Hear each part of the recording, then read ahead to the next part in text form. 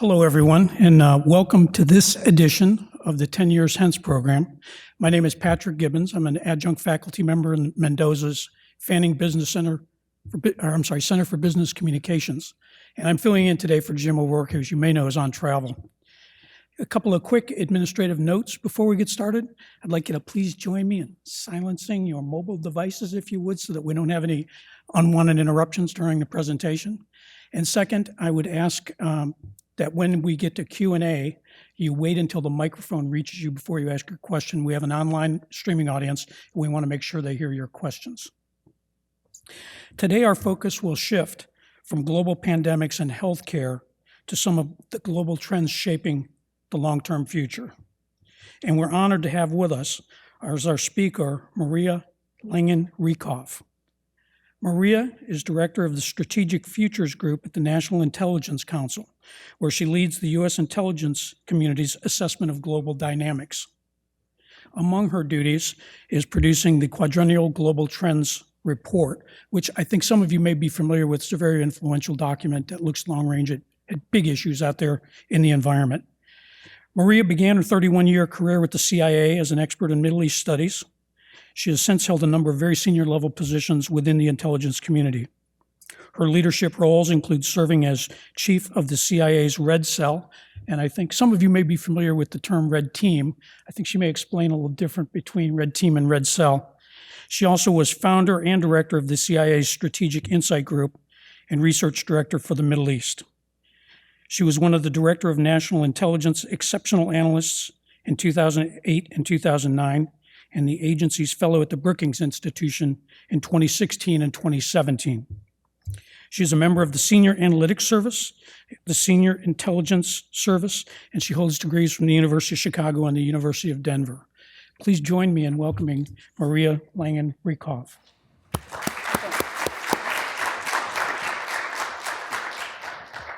Good morning, and thank you, Pat. I appreciate that introduction, and I'm really grateful for the invitation to be here this morning and to be part of this impressive speaker series looking 10 years hence, although we're going to try to look even further out into the future this morning. So let me start with a little background on the intelligence community, the National Intelligence Council, and what these units do, so you can better understand why we do a product like Global Trends. And second, let me also start by apologizing. The pollen has really gotten in my voice this week, so I'm a little bit hoarse. Hopefully it'll hold out for the entire session.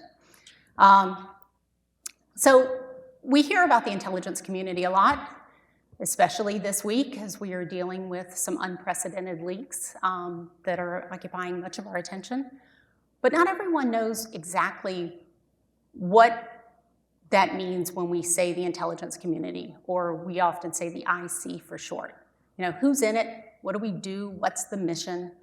So the mission of the intelligence community is to provide timely, rigorous, impartial, and insightful intelligence and support to inform national security decision-making and to protect our nation and its interests. This is actually the latest language that we just drafted for the director. The IC informs policy, but it doesn't advocate for policy and it doesn't make policy. The IC also does not cover the domestic United States. We are looking out into the world to help tell our policymakers what's happening that they need to be worried about, but what could happen in the future. The IC is comprised of 18 units. Some of those are large standalone agencies you've probably heard of. NSA, the CIA, DIA. Some of those are smaller units within the Department of Energy or the Department of Treasury. Also, all of the military components have their own intelligence service. So all of those come together to be the 18 units that make up the intelligence community. The DNI, the Director of National Intelligence, where I sit now and report to Director Avril Haines, was established in 2005 as kind of an umbrella over these 18 to set strategic direction, to help direct resources. And the NIC, although older, the National Intelligence Council, has now moved under the DNI. So let me tell you about the National Intelligence Council, which with everything in government, you have to come up with an acronym, so we lovingly call it the NIC, reports directly to the Director of National Intelligence. And the NIC has two roles. First, it serves as the intelligence community's center for long-term strategic analysis. I sort of think of it as the IC's think tank. Its second role is the direct interface between the policy process happening in the National Security Council and the rest of the intelligence community. So I spend a lot of my time going to meetings at the NSC and then bringing that back to the community to see how can the various components support that decision-making process, inform that decision-making process. The NIC dates back to 1979, but its mission goes back even further. The Office of National Estimates was really the origin of it, and that goes back to 1947. So who sits at the NIC and what does that look like? So the NIC actually is composed of senior experts from agencies around the community. So no one spends their career there. We all rotate in from somewhere else for 2, 3, 4 years at a time. We also have those experts who come from the outside, those who come from think tanks. People you probably know names like Fiona Hill, or Joe Nye, rotated in from academia, came in to support the NIC. So we have NIOs, there's 16 of us. We're the senior officers covering functional and regional portfolios. And then we each have a team of deputies. And then we reach out across the community of those 18 agencies. We're not the only organization doing big strategic thinking within the government, but our mission is unique because our job is to pull together the full community. At those times when we need to make big calls and speak with one voice, we spend a lot of time, bringing those groups together to find the language that we can all agree on. And that can often be the most time-consuming part of the process. Sorry, I'm going to probably sit here most of the time for this talk this morning because I brought a lot of notes and a lot of data, and I will never remember all of it. So I apologize if I look down from time to time. The NIC produces a lot of different types of products, but one in particular is probably most well-known. Some have been released, some have been leaked, called the National Intelligence Estimate. The estimate is the most well-known. It represents the U.S. intelligence community's most authoritative and coordinated written assessment on a specific national security issue. Ones that have been in the news a lot over decades has been like the call on WMD in Iraq. But more recently, Director Haynes has pushed through a transparency initiative. She wants the American people to know what we do, to know how we support your security and your safety. So the degree we can, when we publish one of these or even other documents, her first question is, what can you tell the American people? What can you release publicly? My team's done actually 2 of those estimates in the last couple of years, the national security implications of climate change, which actually drew on some of the work of folks here in the room, and the national security implications of COVID. Those both have an unclassified version that sits on dni.gov. You can pull it up on your phones right now and look at them. Those issues tend to be a little easier to have unclassified or declassified than some of the other ones. But there is a real push to have greater transparency. These works are estimative, not just in name, but in intent and in focus. We don't want to look at just what's happening now, but we want to explore what's going to happen in 2, 3, or 4 years, so we can prepare our policymakers to make the best possible decisions. So that's a lot of background on the IC and the NIC, but I thought it was a good place to kind of ground this conversation. Now I'm going to turn to why I think I was invited here today, and that's to talk about our effort called Global Trends. I'll try to cover 3 things in Global Trends this morning. First, I'm going to tell you the background of what it is and why we do it. Second, I'm going to go into our kind of overarching argument of the last time we did this, which the cover is kind of up on screen now, and what that looked like, what were our big findings. And then to the degree we have time, and again, I probably brought too much data, I'm going to dig into some of those chapters and tell you some of the key findings, some of the assessments we made and show you some of that kind of up on screen.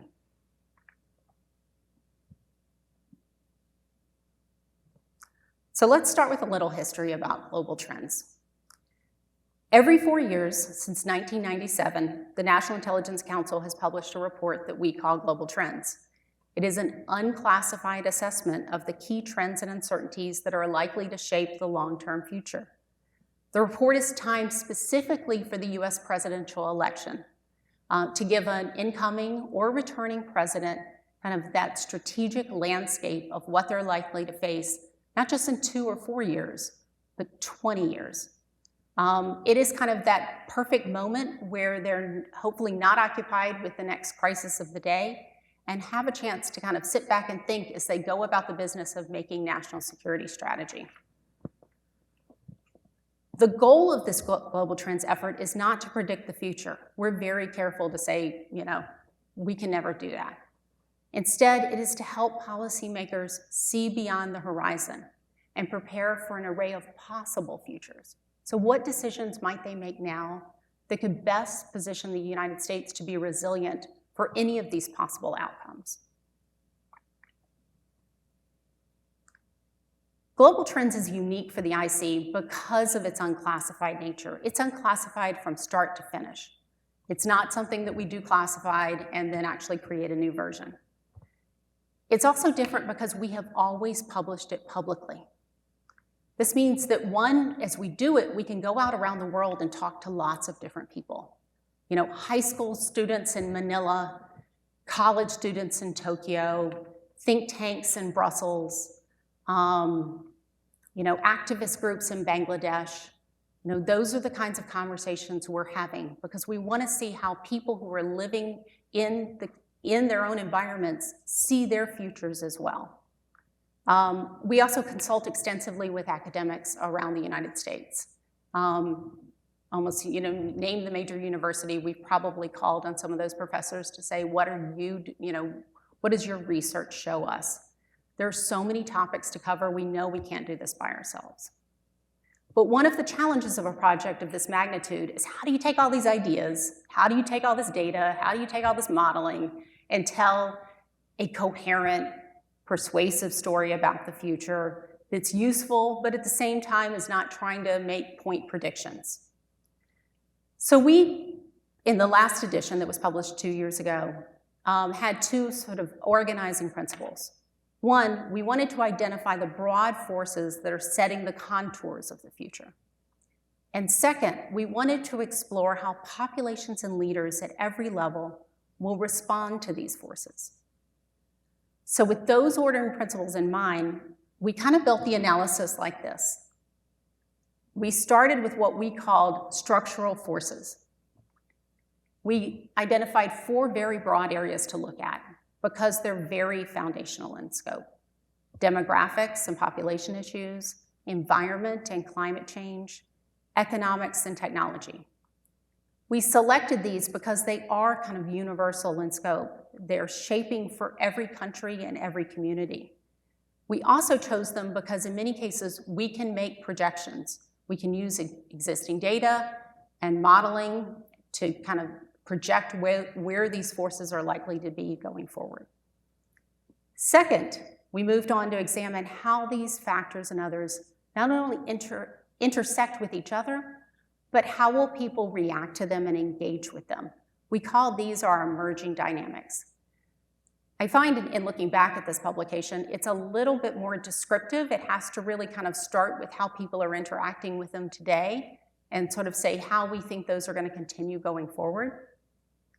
And then finally, as we do with every good Global Trends product, and this was the 7th edition, we use scenarios because the future's plural. Those same factors, those responses from people could go in a variety of different ways. And again, if we can explore different manifestations of them and think, well, what do we do as a US government, as a people, to make ourselves prepared for that variety of futures? But to do that, we first have to imagine them. So that becomes the last part of this. So before I dig into the details of these little sections, let me describe some of the overarching arguments. And I'll start with the one that became our title.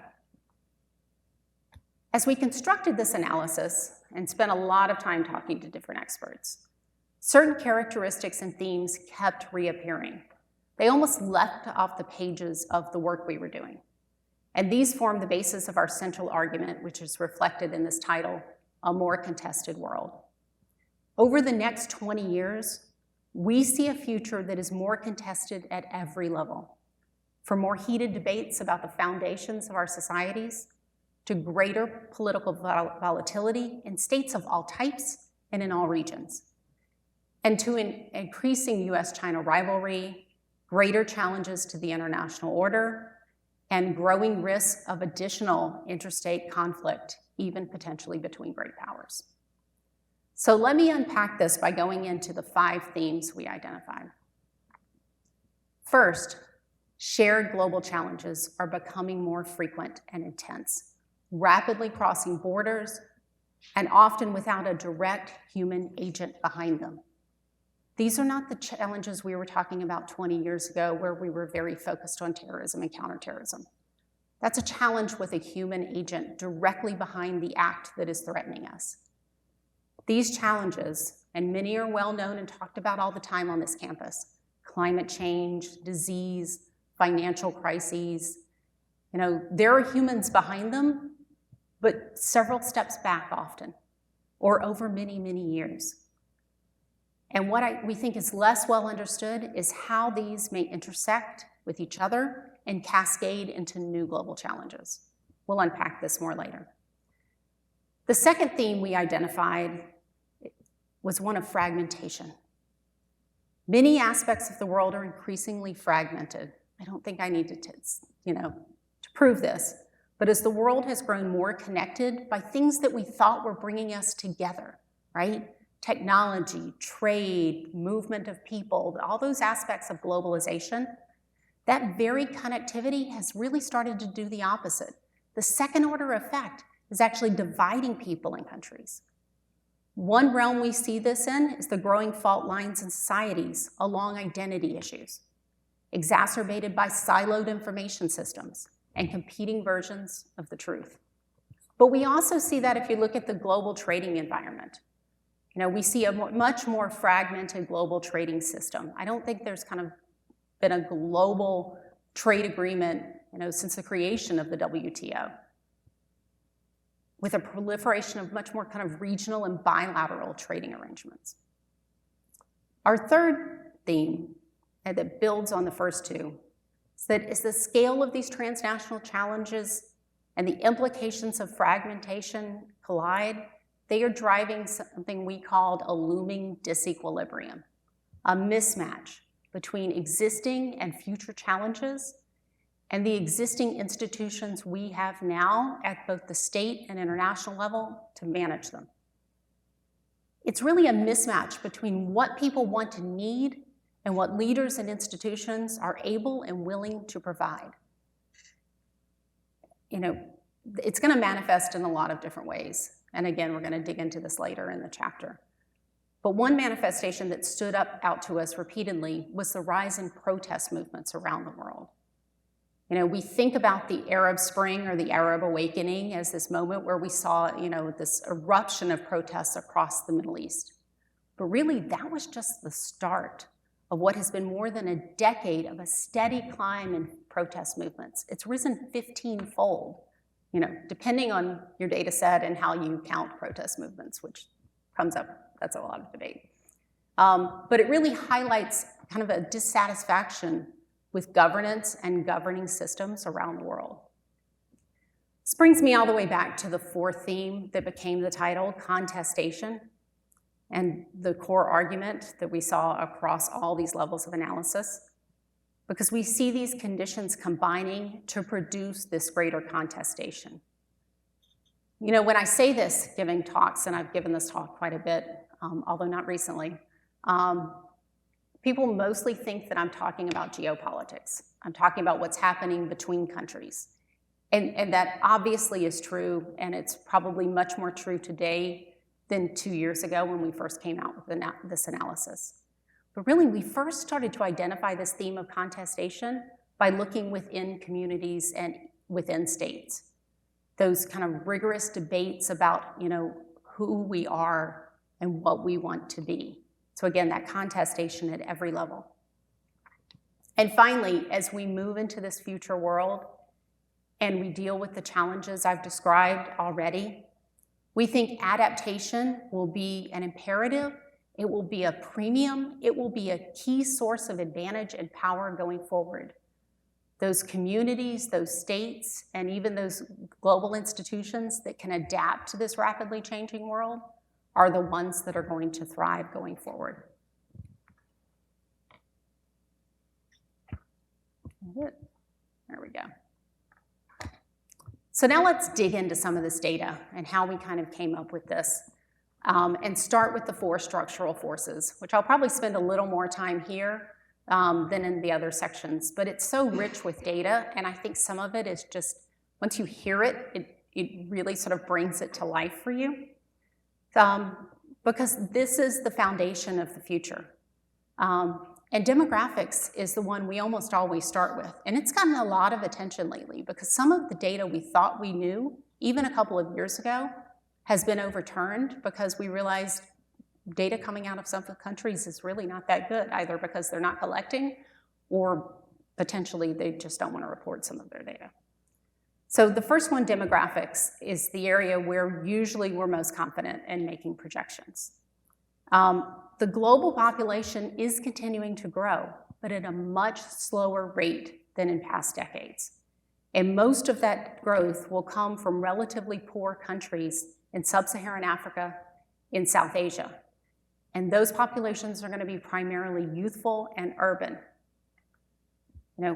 For instance, sub-Saharan Africa's population currently is predicted to double by 2050, with a median age by then of only about 22, maybe age 23, which is below the threshold typically associated with higher levels of human development.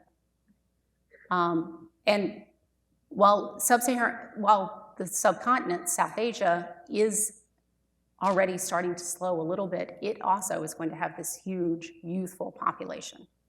These governments are going to struggle to meet the expectations of a large, urban, youthful, and by then, very technologically connected citizens. This is likely to increase political instability, at least political volatility going forward. On the other hand, developed countries and some emerging economies will see their populations peak and start to decline. Many have already started to decline, but many more will be declining by 2040. For instance, South Korea will have a median age. Now remember, I said sub-Saharan Africa will have a median age of 22. South Korea is going to have a median age of 53. China also has an increasingly growing population of over 65 adults. Right now, their population is somewhere 175, 180 million. By where did we go out? Did we go to 2050 on this one? Gotta see my slide. By 2043, they're gonna be pushing 400 million people over the age of 65. Now, to put that in context, the population of the United States is like 340 and change, right? They're gonna have more people over the age of 65 than we have people.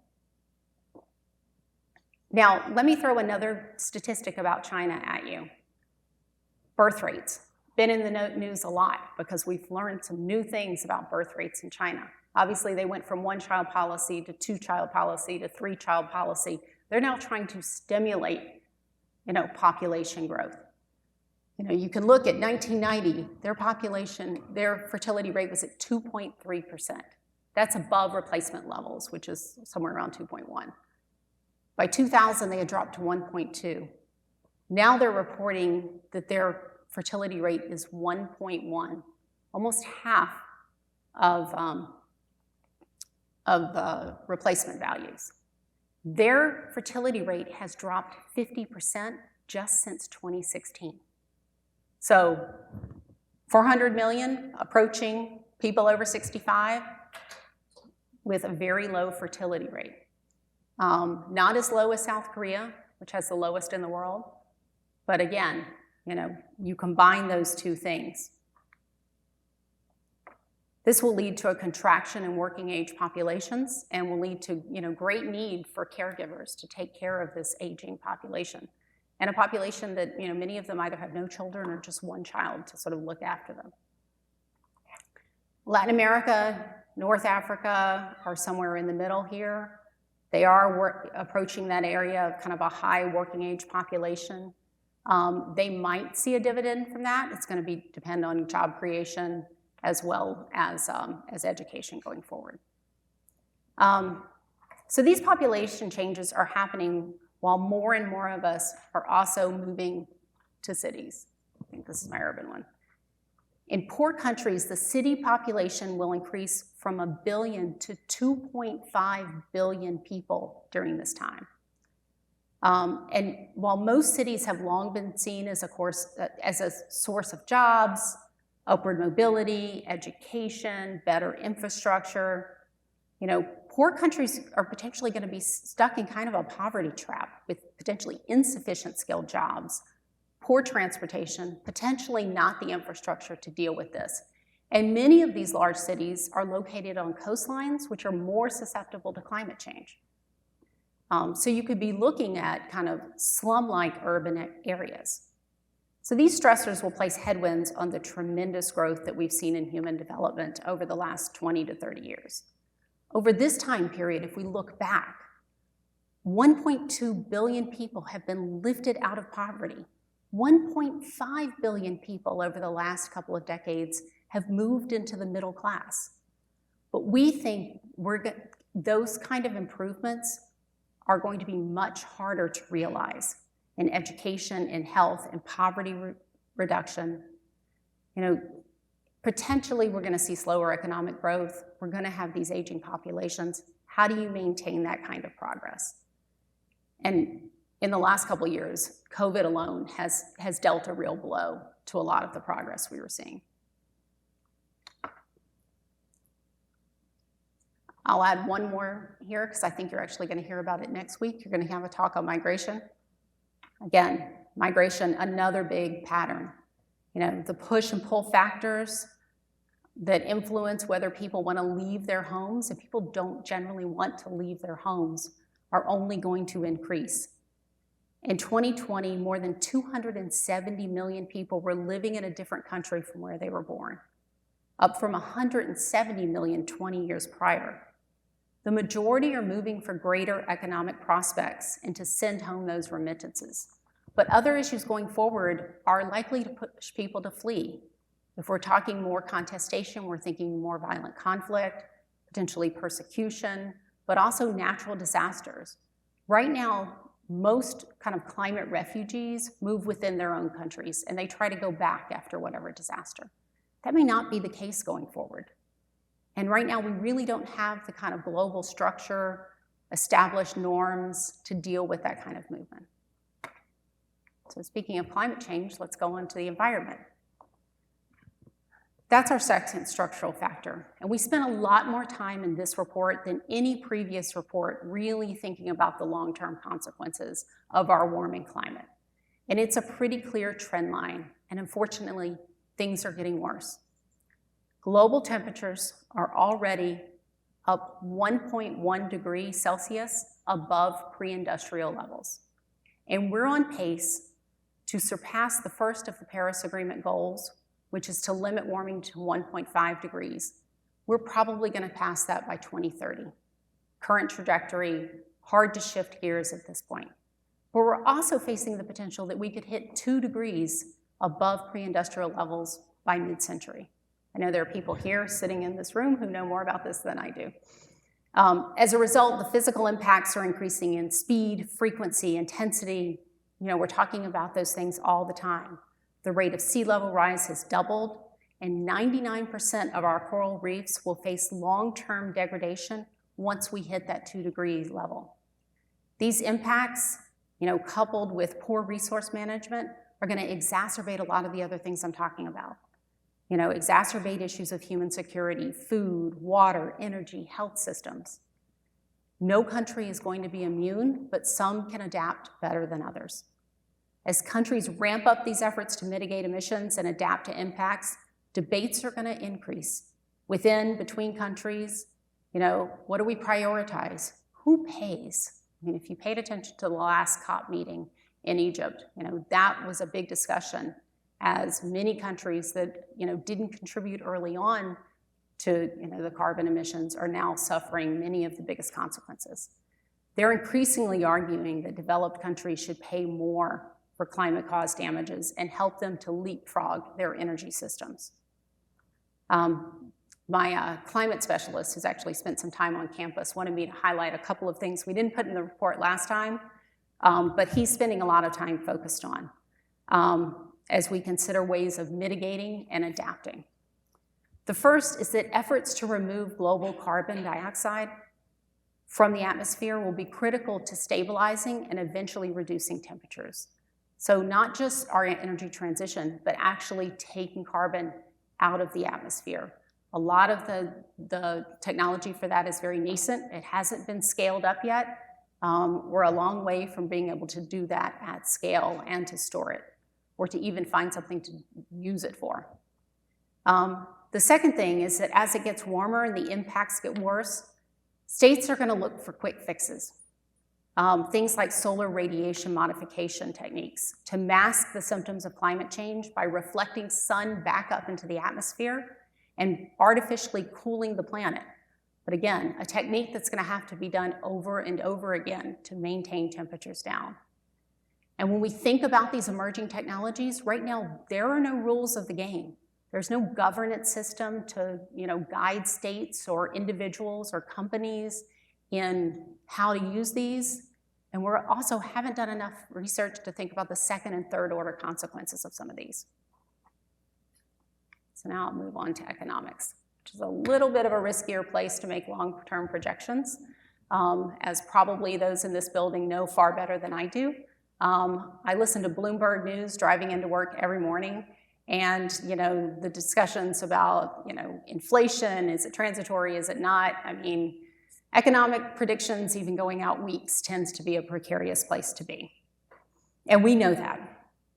It's highly uncertain, and it's highly dependent on government policies, which also are hard to predict. But there's a few conditions that we thought we could use to project out some of the challenges going forward. And the first has to do with sovereign debt. Since the 2008 global financial crisis, national debt levels have risen in almost every country, and went up considerably due to government spending to deal with the effects of COVID-19. These debt levels for some countries can be manageable, particularly advanced economies and those who could denominate the debt in their own currency. But emerging and developed economies that borrowed externally are under increased risk of debt crises, and we've already seen it start to happen when we think of like Sri Lanka. So you can see the levels of debt if we go back to 2007, before the global financial crisis. This is as a percentage of GDP. Now look at the map from last year. And we're up there. So that is national debt as a percentage of GDP. Reds and orange, much worse than the cooler colors. High inflation, interest rates are adding to their vulnerability. Just this January, the IMF reported that 37% of the world's 70 low-income countries were in or at high risk of debt distress. And that's just thinking about debt.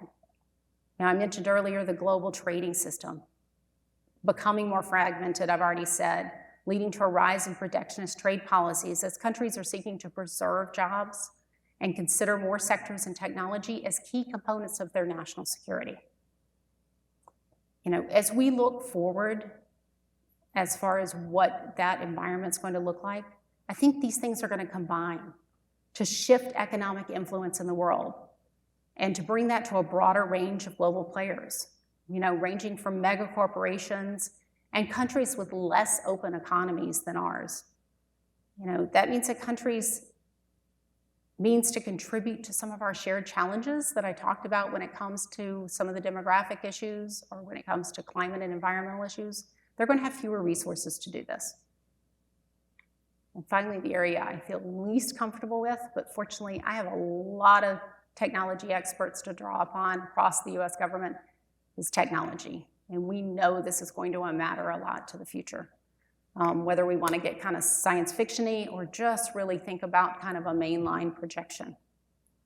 As we thought about technology, realizing that we didn't want to pinpoint individual breakthroughs, we looked at some individual fields of transformative technologies, such as artificial intelligence, smart materials and manufacturing, and especially advanced biotechnology. But we also wanted to look at those trends and those implications that stretch over the tech landscape. What's that broader landscape going to look like over 20 years? You know, where do we see a convergence of science and technologies coming together to be able to push one field, you know, faster than it would have alone? You know, biotech is one of those areas. If we look at, you know, better data, you know, faster computing, as well as some of the breakthroughs in the biological sciences, when you combine those have really enabled our rapid advances in biotech. We think the pace and impact of technological development will increase. This will transform human experiences and will offer the potential to tackle challenges such as climate change and disease in new and impactful ways. But like these other things, second and third order implications matter. They're going to create new tensions, disruptions. They're going to be ethical and social disparities. You know, thinking through some of these technologies and the degree to which they're going to challenge things like privacy, that they're potentially going to increase inequality within our societies, within our countries, and between our countries. We have to think about those things as we're considering, you know, stability going forward. You know, we also see a much more hyper-connected world as billions and billions of connected devices are brought online.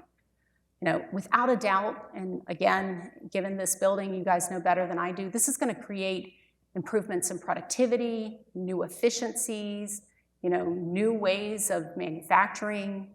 But again, it also comes with challenges that could have profound social change that we kind of need to consider now. Because there's the intended use of a technology, there's the hoped for use of a technology, but there's also those unexpected and unintended uses and consequences of technologies. And there's going to be global competition over those core elements of tech supremacy. We're going to be competing over talent, knowledge, data, markets.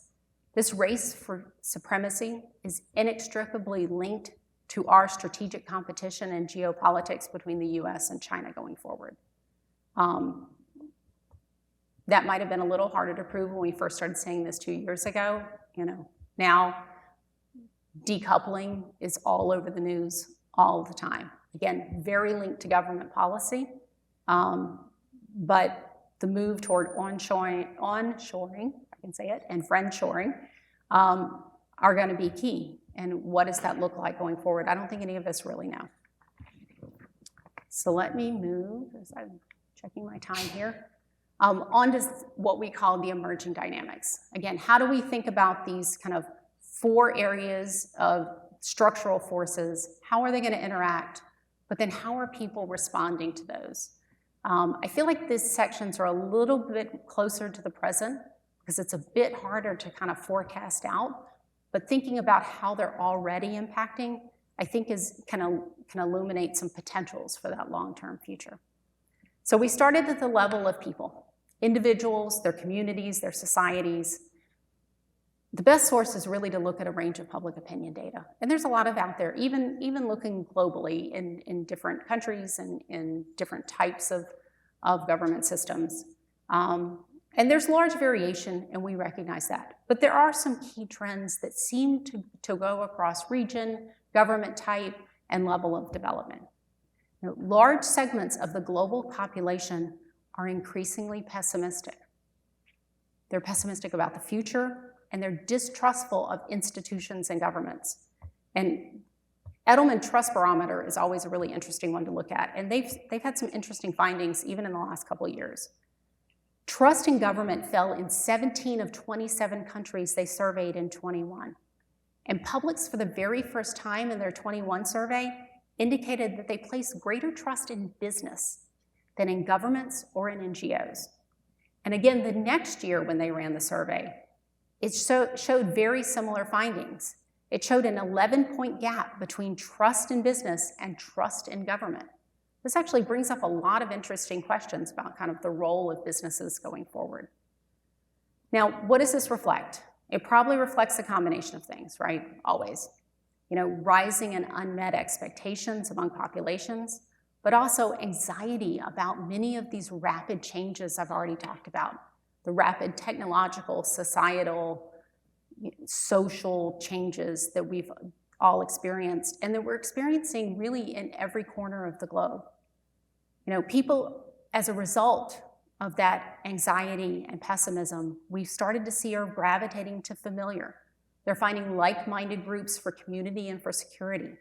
This includes ethnic, religious, cultural identities, even ones around interests and causes like environmentalism.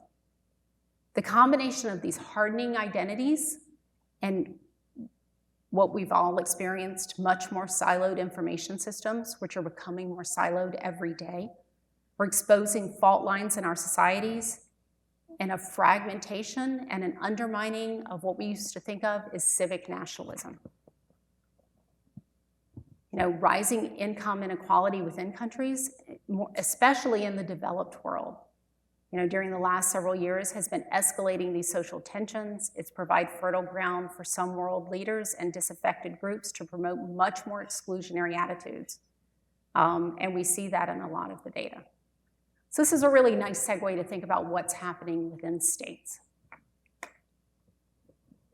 The central story of this section is that the relationships, and I kind of said this earlier in our themes, between societies and their governments in every region, and again, of every type of government, from autocracies to full-fledged democracies, are likely to face persistent tensions because of this mismatch. On the one hand, we have publics that are disaffected. They're demanding more. And because of 2 to 3 decades of rapid human development, these populations are also more empowered. And on the other hand, we have governments that are under much greater strain. They're under strain from debt. They're under strain from dealing with the recent health crises. They're under strain because of shocks from climate change and rising prices and inflation. So governments under strain, populations now are more aware of what's out there in the world and want more, and these two are not matching up. So what could happen as we look forward because of these dynamics within states? So we sort of point to kind of 3 potentials, and they really build on each other. One is greater political volatility. Again, manifesting in lots of different ways, from protest movements to the rise of populist leaders, to populist parties, to political violence, even internal conflict and civil wars. Another interesting statistic that came out after we did this original analysis.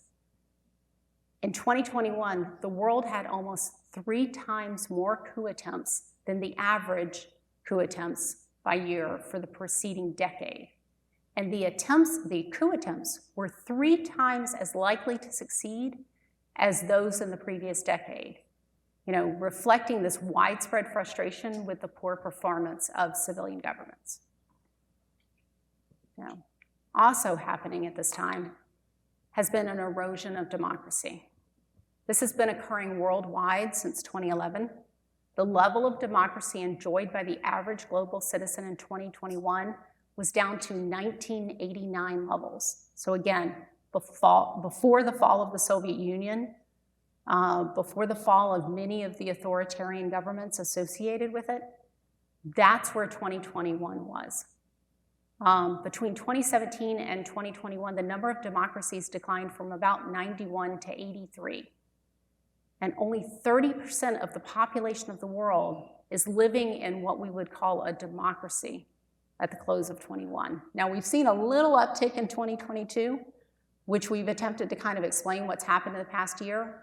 A lot of it we think the difference in the measurement is because some countries are lifting some of their COVID restrictions, so increasing some freedoms. So we've seen a little bit of a rise, but again, you can kind of see the numbers if you go back to sort of 2010 and going down, and you can see where it takes us back to.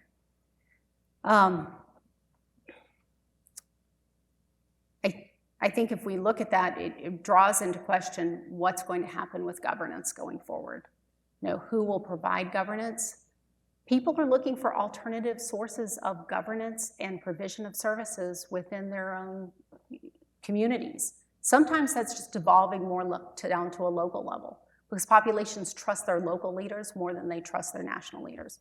So we're seeing more influential city governments, but we're also seeing alternative providers of some of those services who are coming from kind of more private sector locations than actual governments. So again, alternative provision of governance. So this will take me to my last kind of level of analysis, and frankly, where we spend a lot of time very recently talking, and that's at the level of the international system and geopolitics. The international, if we're going to look out 10, 20, even 30 years in the international system, I think we're fairly safe to say that no single state is likely to be positioned to dominate across all regions and all domains. And a broader range of actors will compete to shape that international system, but potentially attempting to achieve narrower goals. I sort of came of age in the workforce in the 90s. I lived through the unipolar moment. We have moved from that position, not to really a bipolar system now, but much more to a multipolar system. Governments across the world have greater agency than they had in years past. So even if we're looking at, two very large powers in the US and China, the world that we see evolving looks very different than the Cold War, from the 50s to say 1990. At that time, a lot of governments didn't have the capacity, they didn't have the development levels to kind of, stay independent of those two very strong, gravitational pulls. This is a different world than that time. The development of more globalized, interconnected international system has resulted in more states and also more non-government actors having agency to make choices and to exert influence in the international system. And many of these states are trying to kind of capitalize, I think, on that kind of strategic competition that we are seeing between the great powers. To carve out their own influence within the system, which I think is going to take us, I debate this with a whole range of international relations scholars all the time, and there are a lot of different views on this, so I'm giving kind of our consensus. But that's likely to create a very different world than we experienced either in the Cold War or that we've experienced in the last 30 years since then. The tensions are likely to remain a dominant feature of geopolitics. Again, a more contested world over the coming decades. Our rivalry with China will continue to be multidimensional, but increasingly focused on who shapes the global norms, the rules, the institutions that are going to underpin our international order. Other major powers, even regional powers and non-state actors, will be playing in this system. They also are going to be looking to shape this context, shape these rules, shape these norms. As we are dealing with these challenges I described in the structural forces, whether we're thinking about climate change, we're thinking about new types of migration and new refugees, we're thinking about how to deal with increasing sovereign debt for countries, the rules and the norms of the system are going to matter more and more. And there are so many places where they're largely non-existent at this point. So this is going to be a world of competition and contestation over shaping those rules and those dynamics.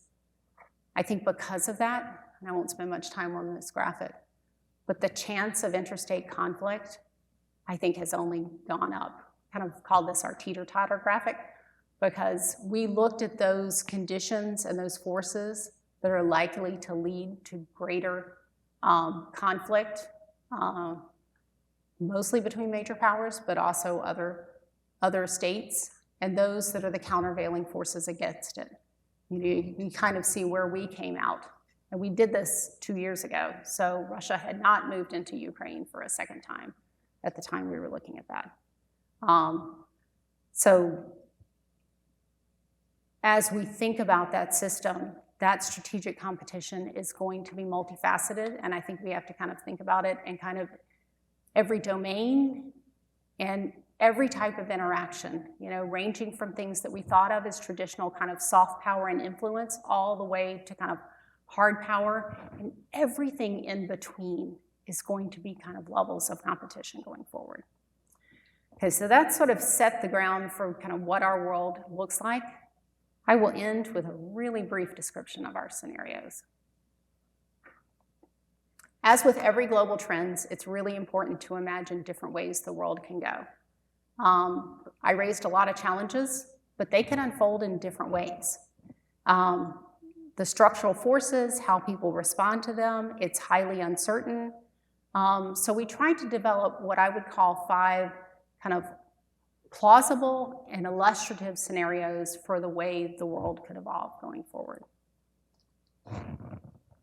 So we organized our scenarios around 3 key uncertainties. There's lots of ways to do scenarios out there. Companies do them, governments do them. I spent a lot of time talking to other methodologists who do scenarios.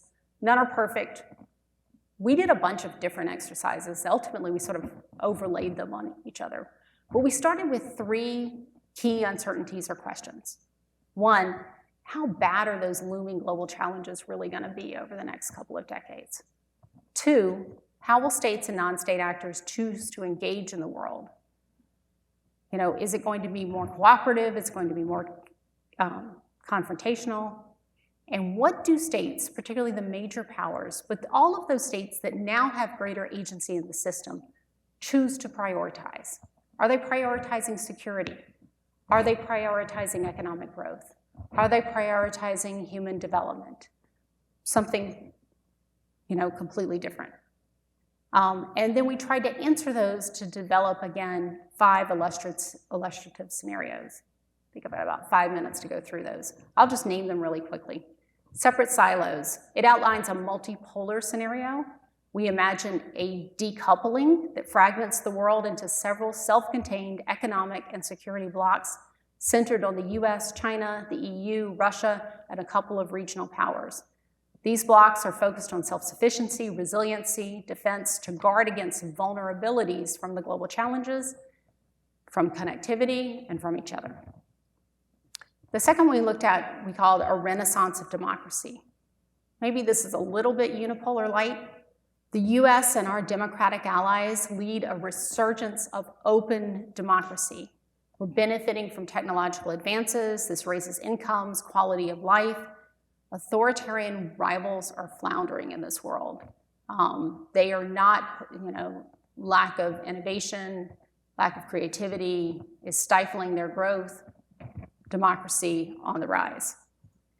In contrast, a world adrift, the international system is directionless, chaotic, volatile. As the effort to establish kind of rules, norms, and institutions to manage these challenges are just really ignored. And countries are beset with lots of internal challenges that are keeping countries really inwardly focused. So countries are not focused outside to manage these global challenges. In competitive coexistence, the US and China prioritize economic growth and restore a robust trading relationship. So we actually reverse course from where we are now. We're competing in other realms, but we're prioritizing economic growth and prosperity. And so we are not decoupling our economies. We compete in other places, but again, we compete but get along. And finally, what we thought at the time was the most radical scenario we called tragedy and mobilization.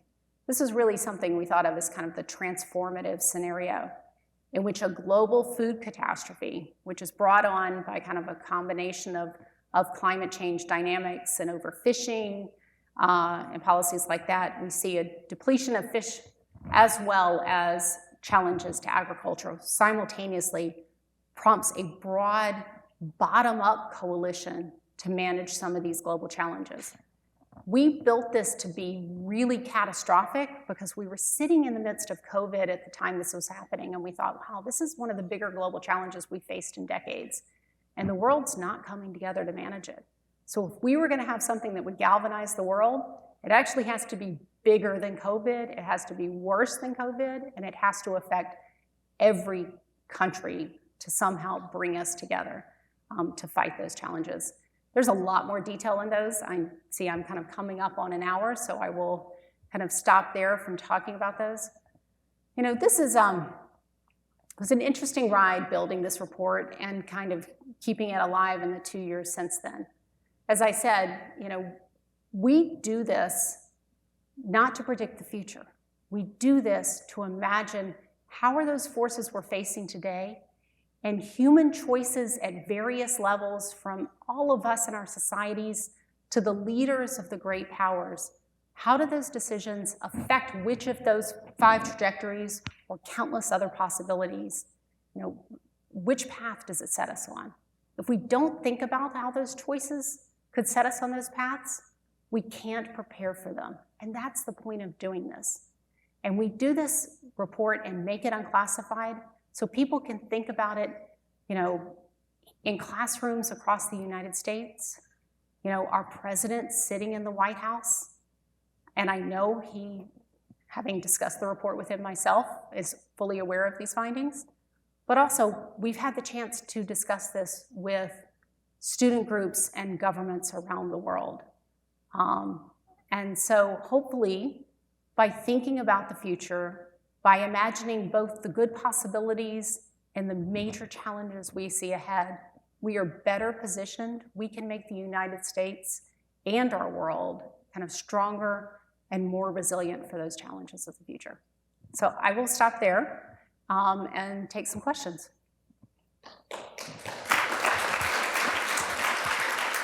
Please, we welcome questions from the audience. Anyone have one they're burning on?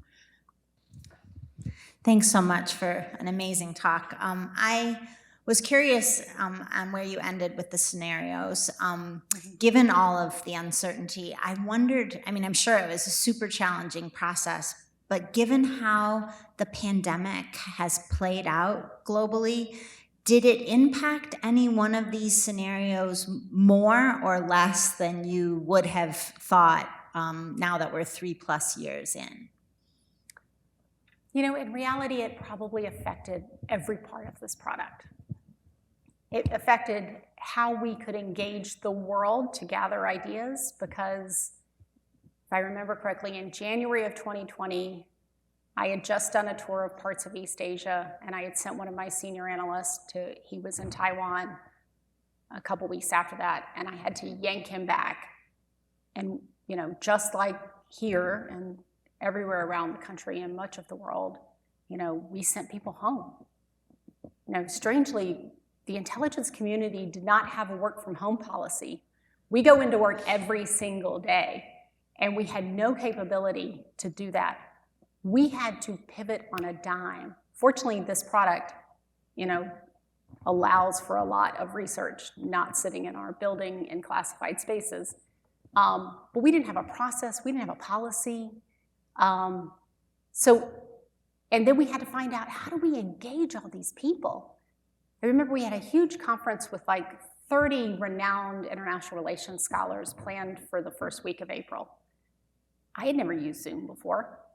I mean, I loaded it myself, bought it myself, and, you know, called up all of these, you know, scholars and said, we're gonna try this thing called Zoom. It was the very first one we did. So I think the pandemic affected who we talked to, how we gathered information, how we constructed the book. So I see it kind of reverberating in almost every chapter. But as I talked about with tragedy and mobilization, it very specifically factored into how we had conversations about that, because we thought, how do you have a groundswell that mobilizes and coalesces the world if we can't do that now, so we had to make it, as I said, we had to make that one worse. You know, did it make us a little bit more concerned about global challenges to come? Absolutely. So. Other questions, please. Here's a question I have. Because this report is only produced every 4 years, and it seems to me both the extent and the pace of change is accelerating. I know you don't want to hear this. Do you put would someone ask that you should put this out more frequently, or are there interim products that do that? Well, so we're producing analysis every day. Sometimes I think of this as a side job. You know, what I didn't kind of go into is the team that I run, Strategic Futures, doesn't just do this product. You know, we cover the broad range of transnational issues. So we have, you know, climate, environmental issues, resource issues, health security, governance, transnational repression is a big topic these days, international institutions, gender issues, identity issues, broad geopolitics, all of these fall under our unit. So some of this was then tailored into things that directly went into policy discussions, like discussions for the national security strategy, the national defense strategy, as well as the national intelligence strategy. So there are more updated pieces, but they're not ones we're putting out publicly. Other questions, please.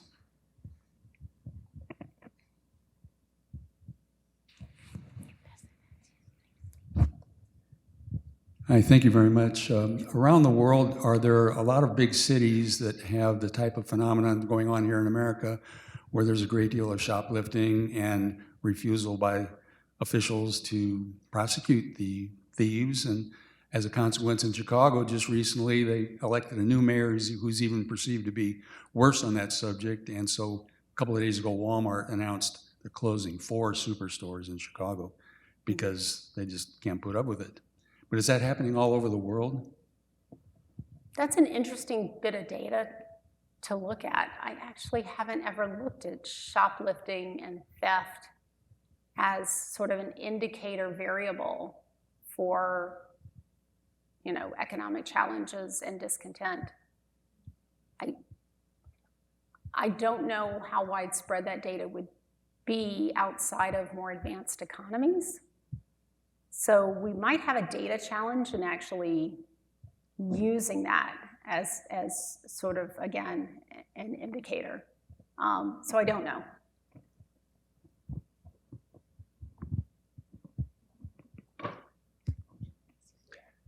Thank you very much for a very informative presentation.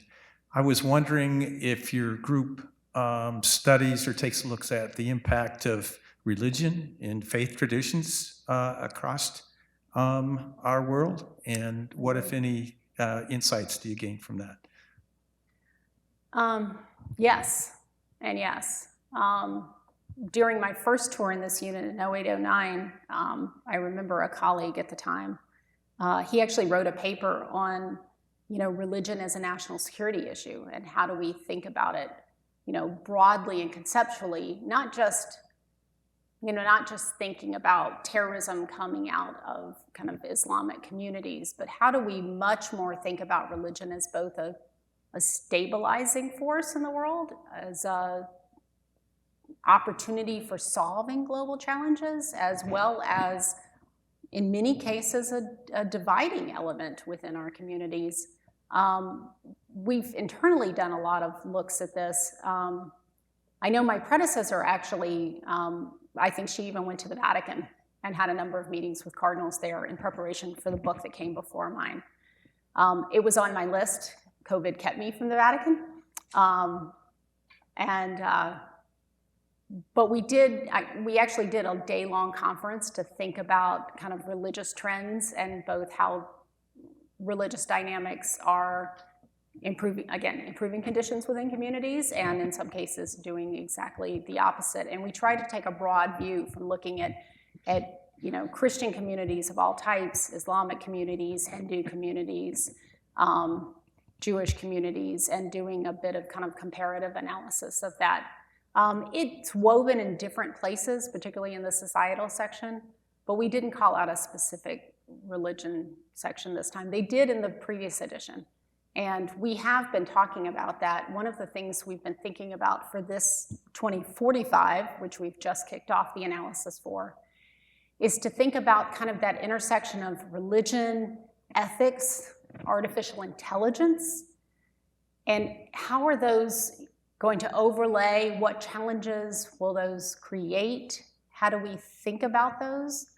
As well as other technologies. I mean, we did spend a lot of time talking about biotech and ideas of changing what it means to be human, and what are those ethical debates that are likely to emerge, and what if different countries establish kind of different rules and standards for applying different types of biotechnology. Some say ethically we're not going there, where others embrace it immediately.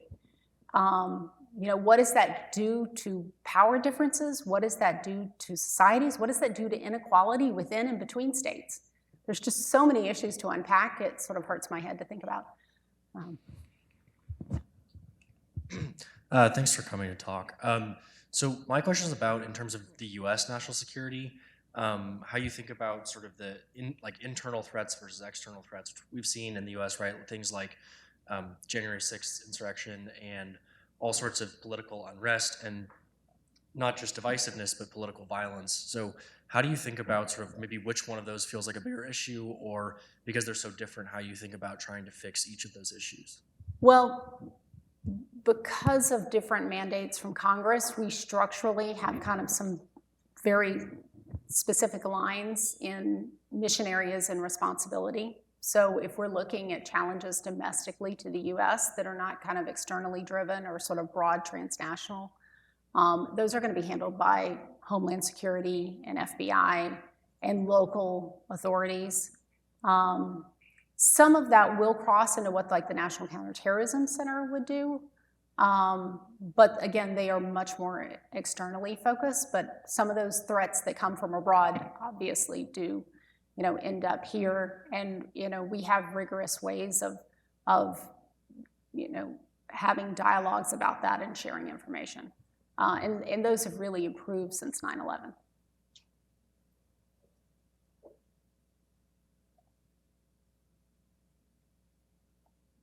Other questions?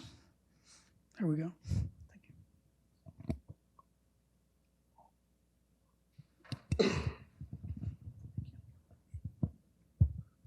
Thank you for the presentation. My question is about how the kind of challenges, the kind of challenges that you've had when it comes to predicting these scenarios, especially with big tech companies being involved. They have the same kind of data not the same kind of data, but we're in a very nascent stage of rapid technology improvements at this point. How challenging was it to predict these scenarios, given that anything could happen? Because we've only recently seen how the attention economy conglomerates have been using data to polarize countries. That never happened before. So what are some of the challenges that you think came up when you were trying to predict these scenarios? So again, I try never to use the word prediction. These scenarios are really just a starting point. They're the beginning of a conversation, a much more dialectical process. We didn't get the future right with any of these. We know that. They're just to stimulate the imagination and a conversation. Yes, you could think one is much more likely than another, but also you might think they're all terrible and want to fight me on it. Wonderful. That's the point, right? The point is engage with it, think about it, respond to it, send me an email, tell me what I missed. As we've been making the list of things to have conferences and commission some papers on, data is such a big one. And again, I'm probably more of a Luddite than anything else. So my ability as an individual to really understand the explosion of data, who's gathering the data, who has control of the data, how can the data be used? How does that data factor into, increasing abilities in artificial intelligence, and does that actually create better or worse, responses that we're getting? And so there's a lot of questions. I think we're only just even beginning to scratch the surface of the issue of data going forward. And again, governments don't have a monopoly on that, right? Major corporations have much more access and are in many ways creating a lot of that data. I think one of the challenges going forward, particularly as we're kind of divided between open societies and closed authoritarian systems, is the ability to kind of use that data will be different. And the rules of behavior with that data will be different. So what does that do to that future we're looking at? Again, right now I could just sit here and list questions more than I have answers. Was there another question up top? I'll throw another one in here. We know that the federal government has a very significant problem with an aging workforce. You've been 31 years yourself in government. As we look for I don't feel old yet. No, you're not old, not compared to the folks I'm talking about.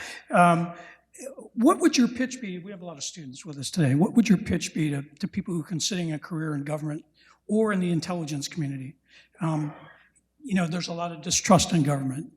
You've been in it for a long time. You've seen how it works. What would you say to a student who's contemplating, a career or some service in the federal government, maybe in the intel community? Yeah.